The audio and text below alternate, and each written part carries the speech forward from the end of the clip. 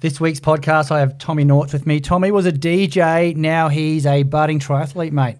Why? Who knows? I'm actually still trying to figure that out myself. Let's chat about the journey.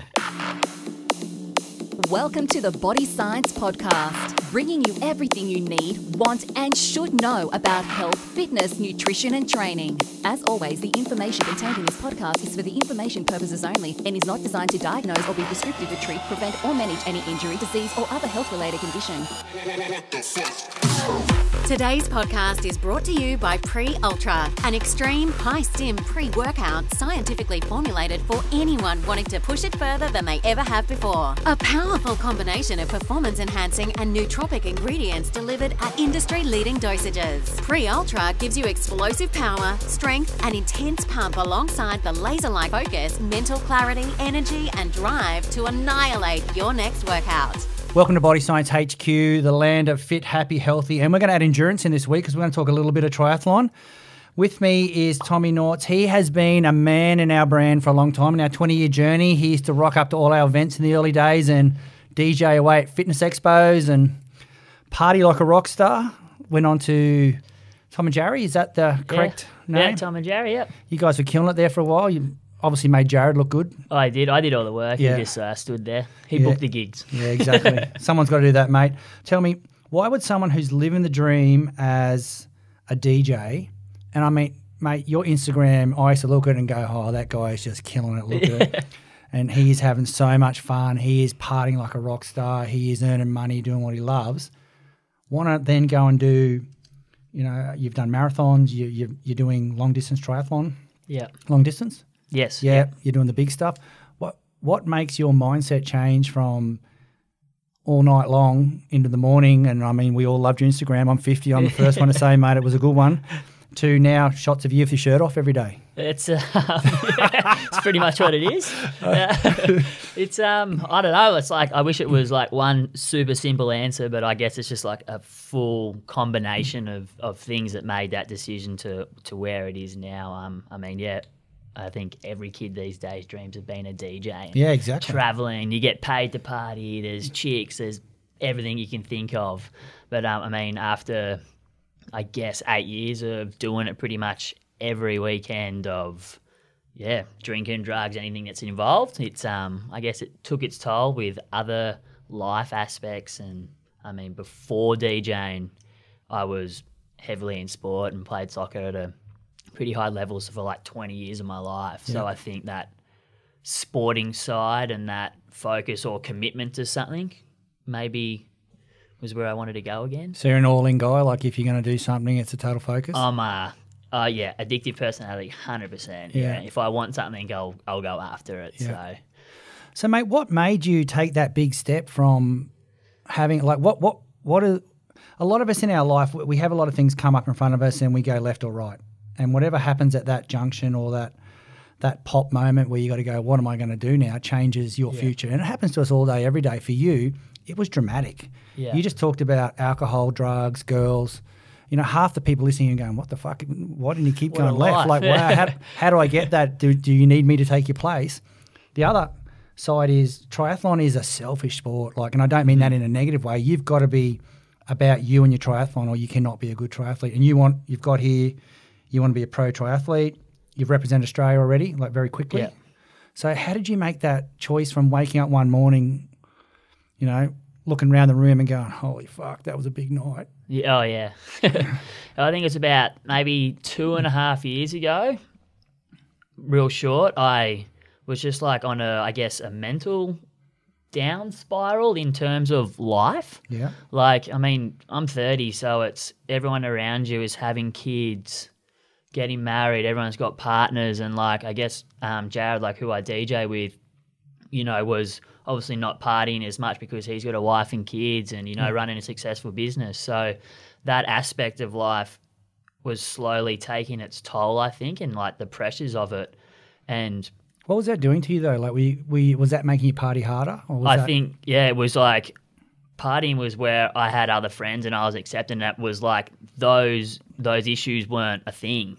So you party, you're just having a hell time and you're a madman and people love that and you're a bit of a legend, you know, I guess. So it's like, it's a distraction.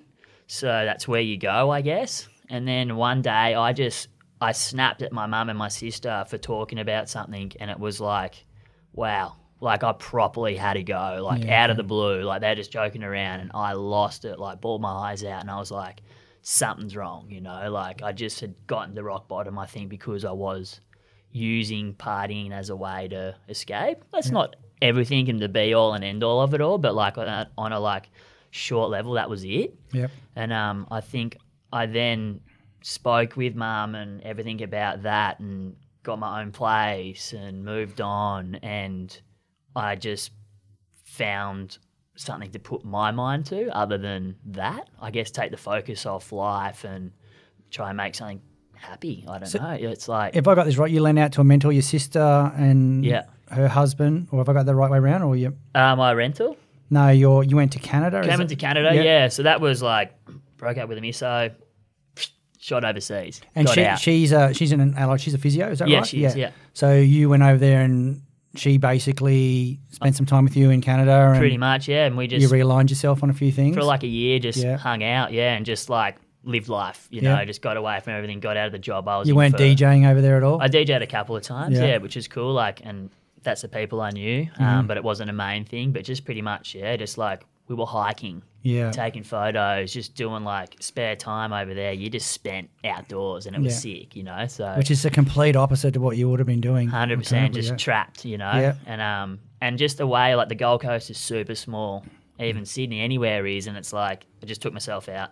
Yeah, and that was kind of I guess where it I escaped it, I guess. Yeah. And is she into triathlon or anything, or my sister's she played soccer and stuff as she was younger, but she was like, I'm the sporty one in the family, and she was the ducks of the college. Yeah. Physio, got the house, the husband. She's got the ideal life, which I guess is a pressure as well. Yeah, exactly.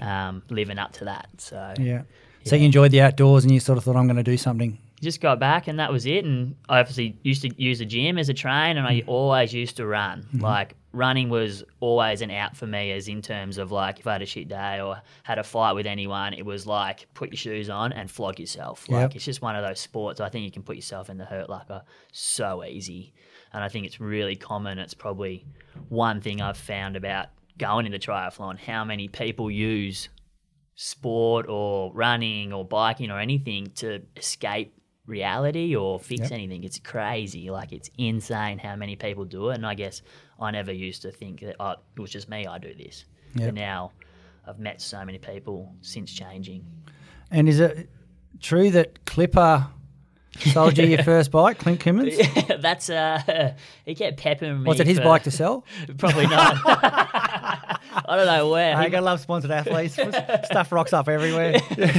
Yeah, who knows if he owed money? He reckons he did. That's why he had to charge me what he said he did. So. I even looked after. He's a good bloke. No, he's good. He's good. Clipper. He's a legend. He started it, I guess. Yeah. And now I look up to him. Yeah. Because I guess not the same path, but same sort of thing. Like, triathlon wasn't out for him as well. Yeah, it was. It was so, his new hurt locker, wasn't it? That's it. You can just put yourself in these places. So, thanks, Clipper. So you started triathlon training with those types of guys, Clipper and... No, I pretty much just got the bike, started riding. And by yourself, just... just running, and kind of few mates in the area started getting into it. Like, I never really knew much about it. I didn't watch any of it, obviously, like Olympics and whatnot. But and then Courtney, who I train with, I knew from school, I used to run with. Yep. And saw her, and she's like, pretty much come to see my coach, and that's nice. And that got into it really. Like, I knew a couple of people that trained with her, so, and that's it. And then I just went, fuck, I'm going to give it a crack. Yep. Got the bike, and and that's it. And now we're here. Nice. So, mate, what does that do to your head on a daily basis now compared to how you used to be? Like, talk us. I want to talk a little bit about the journey of your change here. Mm-hmm. And because I know it's something really passionate to you, is your triathlon now. It's way more passionate than I just do it because I want to compete. It's deeply embedded in your DNA now. Mm-hmm. So I want to go through that change process for people out there that are in a rut or don't know what's next. And these opportunities do come up if you can take the blinkers off and you were lucky enough that, you knew someone, you get a bike, you didn't have to go through the, I've got to go to a bike store and I've got to do this. And, Clip's a good bloke. He would spend all the time in the world telling you about how good triathlon was and all that. Yeah. How lucky were you to have that type of network around you? And I want to talk about that whole change there, because that to me is the exciting part about you watching you grow over the last 10 years with me. Is you've just gone from this guy that was doing 360s on poles outside nightclubs to now doing 360. Your life is triathlon. Yeah, that's it. Yeah, it's I mean, at the start it was I guess I am lucky, as you said. I've been surrounded with people I know, and I guess that's the network we've created. Yeah. But it was tough because I had this life, and probably 50% or 60% of my mates are from that life. So for them, me making a change, they couldn't understand it. People don't grasp why the fuck would you want to get up at 4 a.m. every day and smash yourself and then come home, go to work, wake up and do it again? Like, where's the fun in that? So why do you want to do that? It makes me feel amazing, I guess. It's, I don't know, it just takes you out of this other world. I'm focused on something.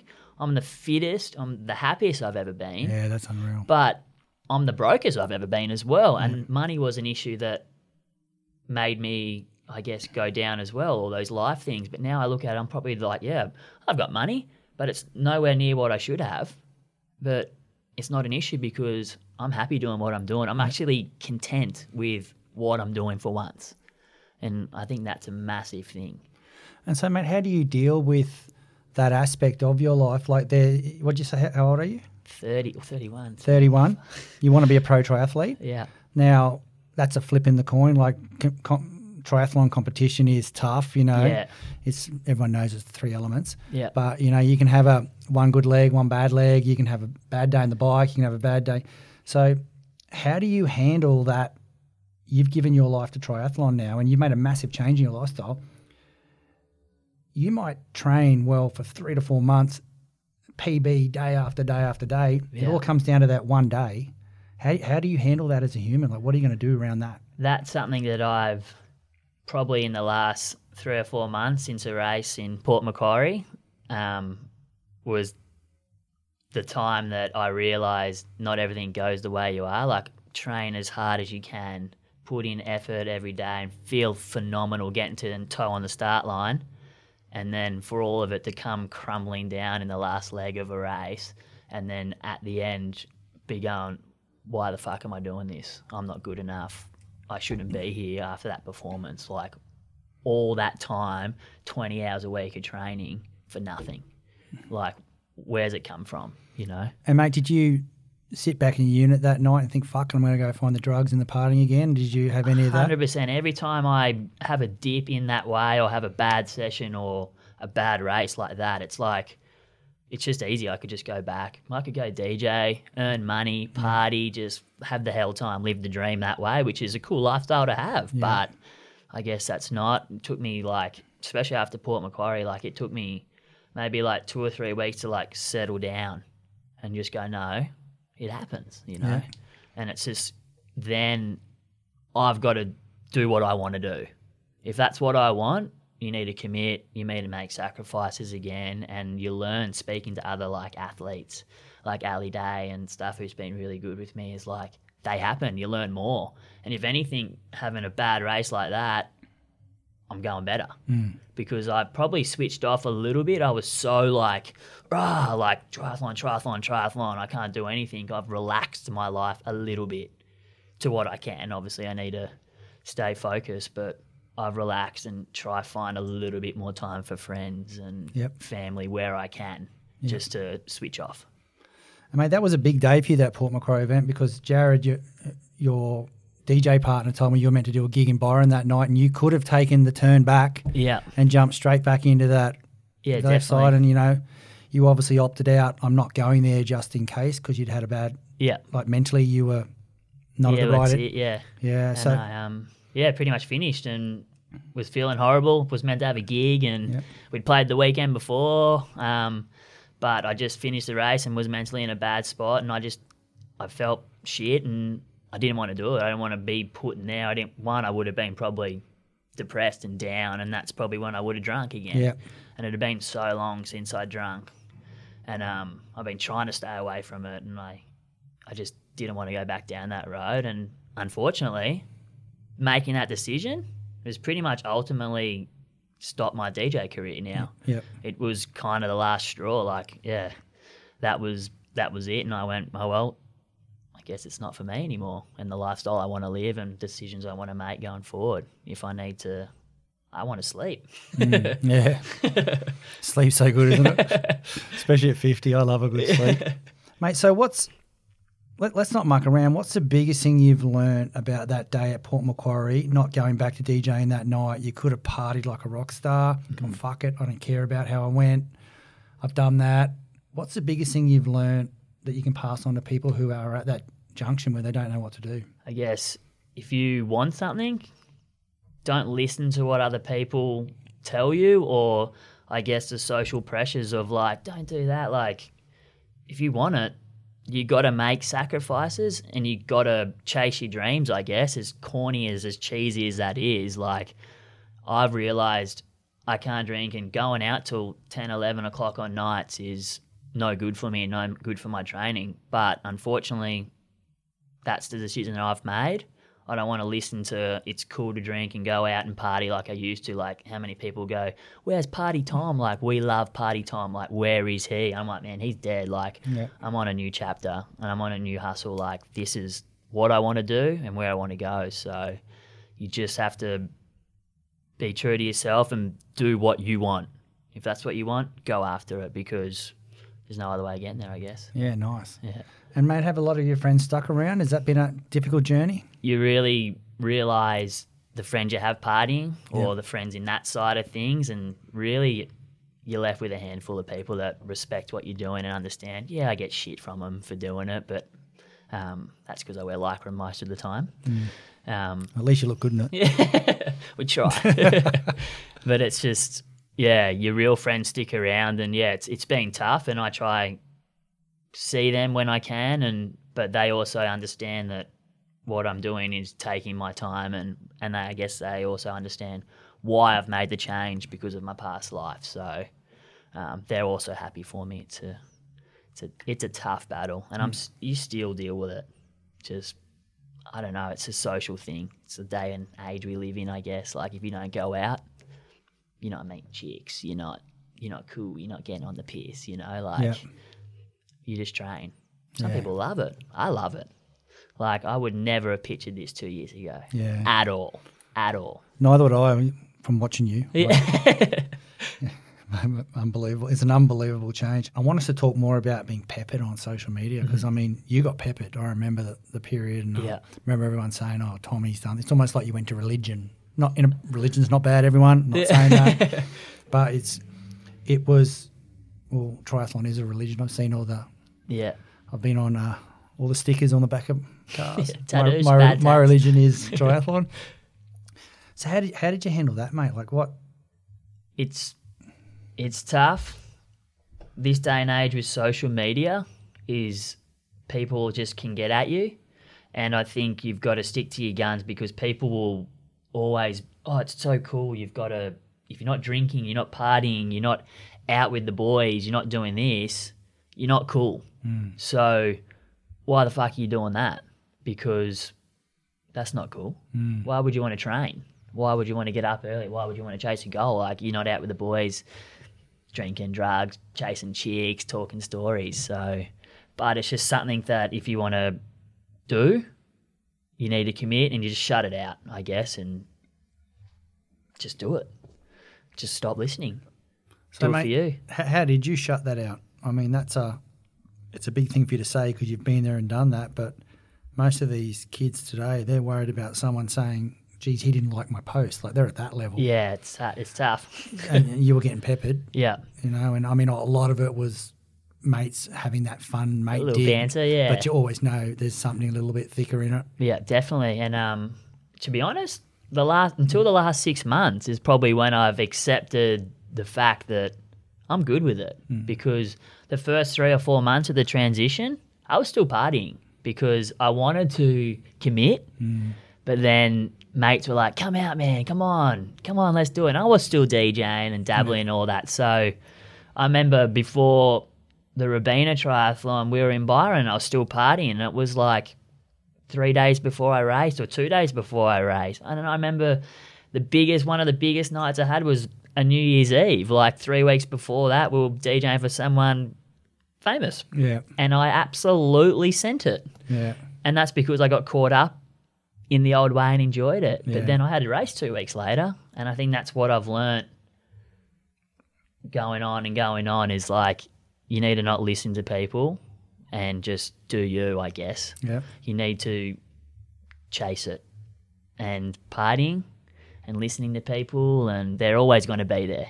People are always going to try to pull you down when you're doing something better or making them feel bad, really. Like, so just had to stick to it.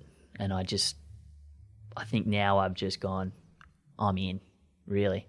That's it. That's an incredible change. I know I'm going on and over it, but I just know the old Tommy really well too. Mate, I'm stoked where you went. Like it's and I've seen quite a few athletes around us now who did that lifestyle is very much a fun young man's lifestyle. Yeah, very fun.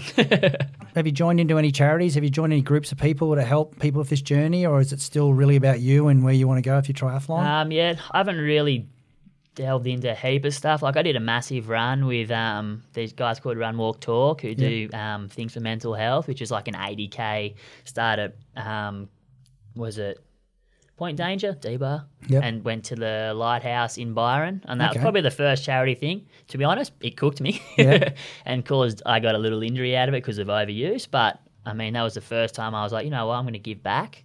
Mm-hmm. And we donated and raised a heap of money and just ran with a heap of blokes. And you met so many cool people that were, you know, as I talked about earlier, about using exercise and fitness as a way out. And it was cool to have like 60 blokes all chatting and just trotting along. 60 guys did that? Yeah, it was massive, huge. And what a day. I mean, and that's probably the first time I've done a charity thing. Yeah. But it's not a massive thing to me. I'd love to if it aligns and it works, I guess. Yeah.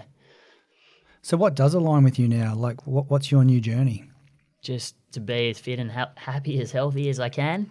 So I get the fit part. You train 3 days a week. You're cycling. What are you doing for the happy and healthy part?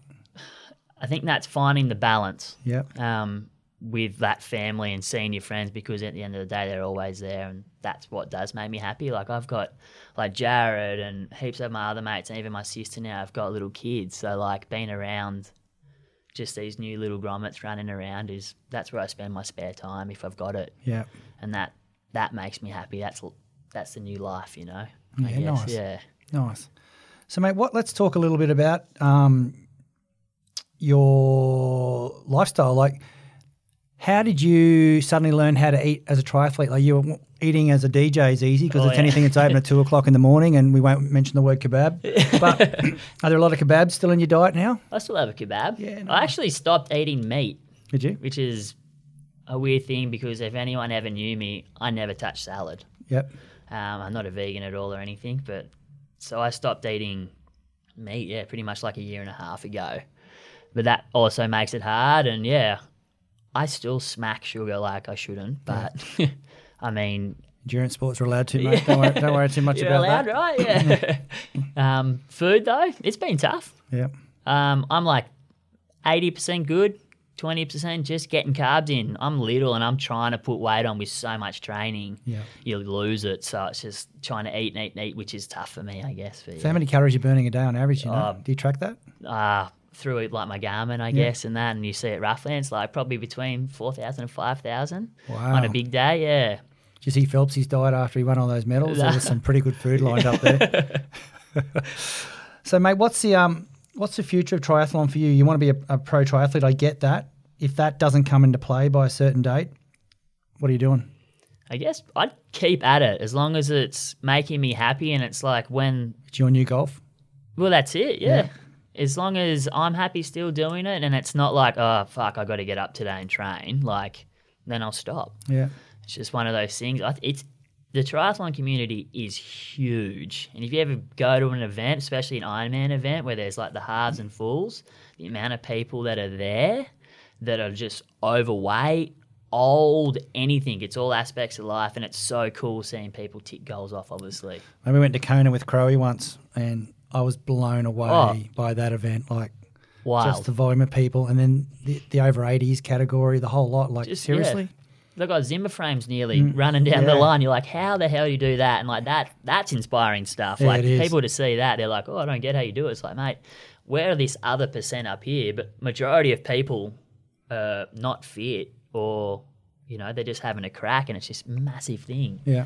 I tell people to get into it. Mate, let's just touch on something. You talked about like your whole life's been thrown into triathlon. And I know I'm harping on this, but I know you got more to give us. You can tell us a lot more because you the people who know you, everyone says extreme change. Like not just, wow, he changed a little bit and he's got healthy. He's had an extreme lifestyle change. So you did that charity event and you got a little niggling injury. How did you handle that? Like you're full on. You've just said you're totally into it. You're invested. Everything's on. Now you got an injury and you got to stop. Yeah, it was tough. And I, touch wood, have never had an injury until that kind of point. And I'm lucky it wasn't nothing crazy, but going from being able to do everything full throttle, I guess, and then just having to back off like 50, 60, 80% because there was nothing I could do. I had to rest, was tough. And I guess that's where it's like injuries, bad races it's a mental game. And what did you do to control that mental aspect of having to stop? Like, did you lean on people around you? Did you read self-help books? What did you do? Like for those people out there like us that are have a focus and something goes wrong, it could be training at the gym, it could be hurt yourself in a squat, whatever it is. Yeah. What did you do to keep yourself on track to come back knowing there was a date in the future? People are telling you to not do anything to that date. And you've been doing everything every morning from 4 o'clock. You've been eating, living, sleeping, dreaming triathlon. What did you do? I guess that's where the friends come in, like just don't sit at home and mope about it and get negative thoughts in your head about it because at the end of the day, there's nothing you can do. It's just part of the journey. But then I was just taking that extra time I had before work to go have coffee, catch up with mates that I hadn't seen in a while and just get that kind of fulfillment, I guess. Yeah. If that, it was tough because you then see the social aspect and you see all the people you race, your training partners, and then everyone else that you follow training hard and you're like, we got the same race coming up. I'm going backwards. Yep. But you learn that you're not. Yep. So it's a good refresher for your mind to get out of that hustle and bustle of just like, bum, bum, bum, bum, we're at it every day, and just take a step back, relax, it's all good, hang out with your mates, hang out with family, and just recharge the batteries, I guess, and just do what you can. Yeah. Yeah. Now let's talk the work side. You're working for Squad Athletica. Is that the correct pronunciation of it? That's it, yeah. So, great clothes too, man. I love them. Just on the side there, you did a lot more with them during that period too, didn't you? You jumped into with some of the marketing people and helped set some avatars up and some processes. Like you really made yourself available more. Like you got busy. Is that one of the successes to not falling back into the old trap? Yep, that's it. Keep the mind busy and keep going. Yeah. I think downtime's horrible. I've always been a busy person. I never like to, but then with work, just probably work picked up for me because that's a focus then. I've got his spare time. I started doing extra photography for them and bits and pieces and just, I guess utilising time better. I don't know if better is the right word or because you're always using it, but it doesn't change. It's the same second. Your focus changes, I guess, and you just got to apply yourself in different areas to not let slip back in that way or just go, fuck, it's too hard. Yeah. I'm out. So, mate, you mentioned photography there. That's a passion as well. Yeah. So, how do you? What are you doing at the moment? Photography. Pretty much, I do a lot of my own ones, and it's take it of mates and stuff at training, I guess, and I still do pick up little side gigs, and I do a heap for work as well, which they finally realising I can take a photo, which is nice, which then changes. You've always been very creative in that area. Yeah, I love being creative. Photography's always been a little side hustle, I guess. Yeah. So it's just nice to get involved with that again, and it's come into play with triathlon because everything's so self-funded, and I guess triathlon's kind of nerdy in the big scheme of things. It isn't cool, and there's no like cool social aspect to it. So like taking photos and creating cool little clips on Insta and stuff like that, it's just like that's fun for me, and I guess it also adds a different aspect and what it helps me pick up sponsors here or there, so it helps the journey. Yeah, nice. So, mate, what's the big plans for you? What's the next 3 years? Oh, that's a big one. I go to France in September for World Champs for 70.3 Ironman, which is pretty cool, which would be a really cool experience. And then I guess coming back from that will just be, I want to do other, I want to get into trail running and just, I've been so focused the last year and a half, hard out triathlon, which has been phenomenal to get me where I am. But I want to just relax that a little bit and try different races and focus 2 or 3 events and work on getting faster so I can get my pro license, I guess, is the end goal, which is going to be tough. But most Ironman athletes are a little older in their career anyway, aren't they? It's not a young man's. Well, I know there's people who who obviously do extremely well in their early 20s, but you haven't missed any boats. You got your focus on. No, definitely, because I always was like, I wish I found this 5 or 6 years ago. And then people are like, well, no, this came to you at a point in your life where you needed it. Yeah. And 5 or 6 years ago, you wouldn't have had the commitment and focus that you do now and learnt your lessons. So you probably wouldn't be who you are in the sport already in such a short time. So, and triathlon is, I think, 30 to 35 is a fast age group. So the older you get, the faster you get in a lot of endurance stuff. So until you're too old, but Hey, don't look across the table when you say that. Mate, you've used the word commitment a few times in this chat. Have you got 3 things that you could, and I'm putting you on the spot here. Yeah. three things that you think are valued as commitment in your repertoire. What are your 3 big commitments? Ooh, 3 big commitments. Just get up every day. Yep.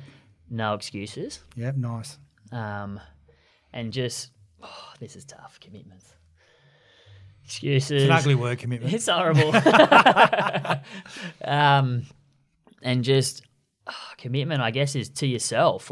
If that's what you want to do, you need to focus and let everything else go and stay there. So do you write a plan around that? Have you got a written plan or it's in your head? No, I've got a coach that writes all my stuff like that, but focus-wise, I like to just set little goals halfway through. So the half marathon the other week, and then I've got France coming up. I was always just book a race, and that keeps you then accountable, I guess, going, if you didn't have anything booked, you're just training. Yep.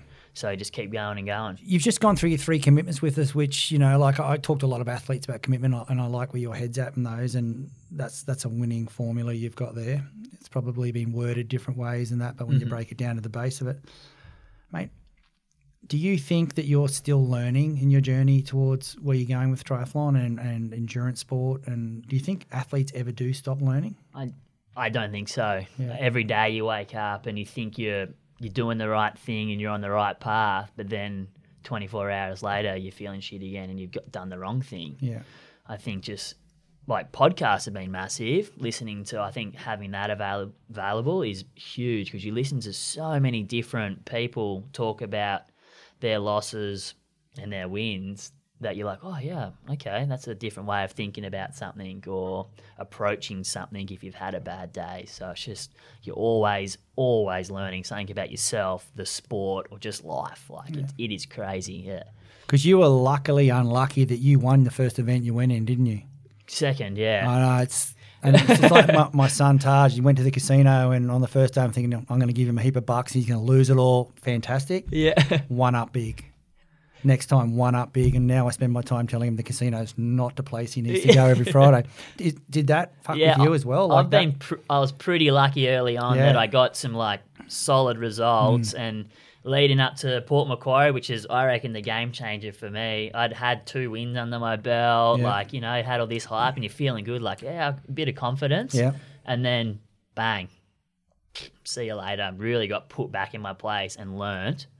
I'm so new. Yeah. My body's not conditioned. I've got so much to learn. Yeah. And that just comes down to as well, it diet and things like that and sleeping and just it's the 1%ers that they always talk about. Staying true to your race plan. That's it, yeah. And just don't stick to your plan. Yeah. Don't get feel good and be like, I'm going to go ahead and do it because it cost me a lot. And for those that don't know, but that event was how long does it take you to do an Ironman? Anywhere between 4:15 to 4:30. Yeah. And that's half Ironman, yeah. So I was at 1.9 swim, 90k bike, and a half marathon, so 21.1, yeah. Wow, that's like a 2-week holiday for me. Does the future and no money worry you at all? Oh, definitely. Yeah, I mean, that's why I'd love to back off a couple of days at work and commit to triathlon just that little bit more in terms of getting more training in. But end of the day, triathlon's not going to be there forever unless you're in the top, Yeah. And who knows? Yeah, I might get there. 95%, really hard, which is I'm willing to do and have a crack at, but that's where work is. I still focus on work and keep working because it is a sport and it can be taken away, one, with an injury, and who knows? I just might lose the passion. Yeah. So. What do you think drives passion, though?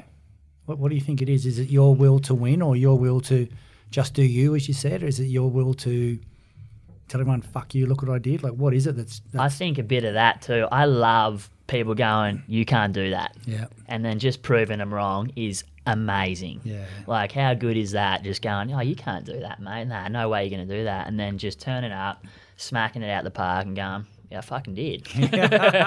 Now what? Yeah. And check out my shot with no shirt on. Yeah. And I got abs.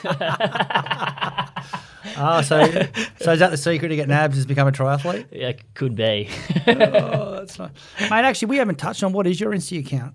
At Tommy Nortz, Nortz. Z. Yep, nice. And why would we go check you out? Because there's pretty much no shirt on. Nah. No, I have fun on there. I love like photography again, same thing. So I like taking photos, and that's why I guess Insta's cool like that. And I love creating funny clips, and I guess you get to see what I do day in, day out. I'm pretty active on it, I guess. So it's good fun. And I heard you mention earlier that Courtney was one of the people that got you into triathlon. I mean, she's had a rough journey herself. She's a lovely kid. Yeah. And she was with us for a long time as an athlete too. Did she stumble across you? How did you two catch up to...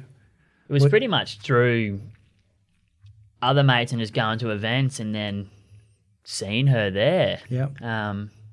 And she was more in the early days of training. She wasn't really much like come to our squad, but then helped me, I guess, in those early days because she understood the athlete life, right? Yeah. But then she didn't understand the other side of life. So it was good to just have her and the other people you train with to be like a safe zone, I guess, and they understand, oh, you're committing to this. Yeah. But yeah, we came from two different walks of life, 100%. But I used to run with her when I was at school, so we had that connection. She can run too. Oh, man. Not now. I got her, though. You got her? How long did that take? A while. Oh, that's cool. So who's coaching you?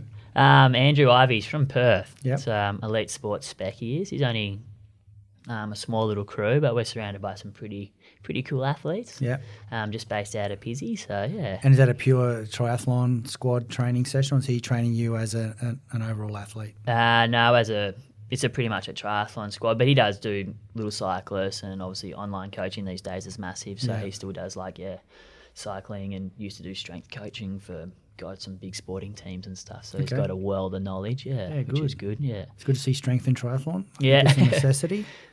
Mate, what about you? Any future aim to be a coach of some kind? You get asked all the time. I think it's probably the funniest thing that I've dealt with is like through Instagram and things is people asking me about, hey, how do you do this? How do you do that? And I'm just like, man, I'm just a normal kid, man. I used to party and now I'm running, you know, and doing this. And you get asked about what you eat, what you take, how do you get up every day? And it's just, so coaching is one way you can go, I guess. And I will, but I feel like I'm still learning so much about me and how I train and how to train that I just don't want to give the wrong advice or, What do you think makes a good coach? Do you think being technical or having that story that you've got of going through the pain barrier, the people barrier, the change, challenge, all the things that have come at you in your life in the last couple of years? What do you think makes a good coach? A bit of both. Like, I think if I went down the coaching path, I think I'd find I'd have a few people that would be interested because I'm real and you've had a normal life. You haven't been brought up in an athlete environment your whole life and just brought into the sport, whereas I've partied and done it and then made that transition. So it's relatable, I guess. But then you got to have the knowledge. So, I know a lot of people come and talk to me. It's it's really about the mistakes I've made Yeah. and what we did to overcome those to drive forward. And that's what a lot of the mentoring that I get asked to do with younger startup kids from all the dads that I know. Yeah. Please stop calling me.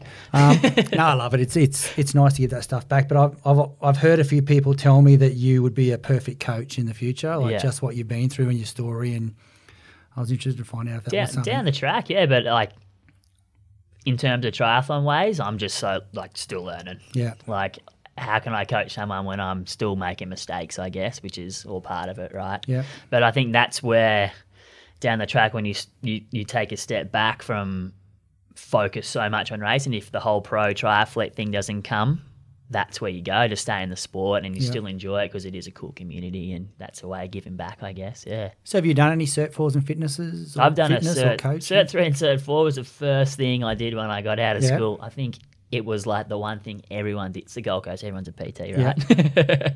Yeah. Who isn't a PT these days? Yeah. Even I've got that. Yeah. I think they're a bit harder to get these days. Yeah. I hope so.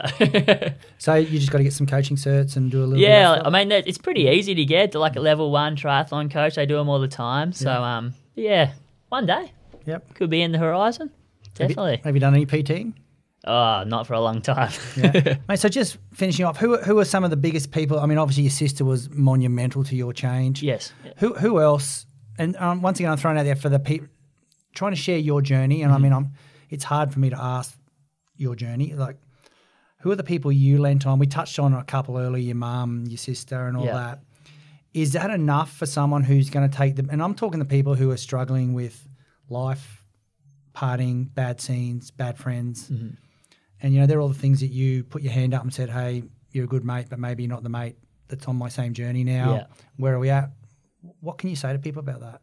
It's just, I guess, again, if you want to chase something, chase it. And did you write it down? Did you put it on walls? What did you do? Like, I just shut everyone out, I guess. It's a selfish thing, but like...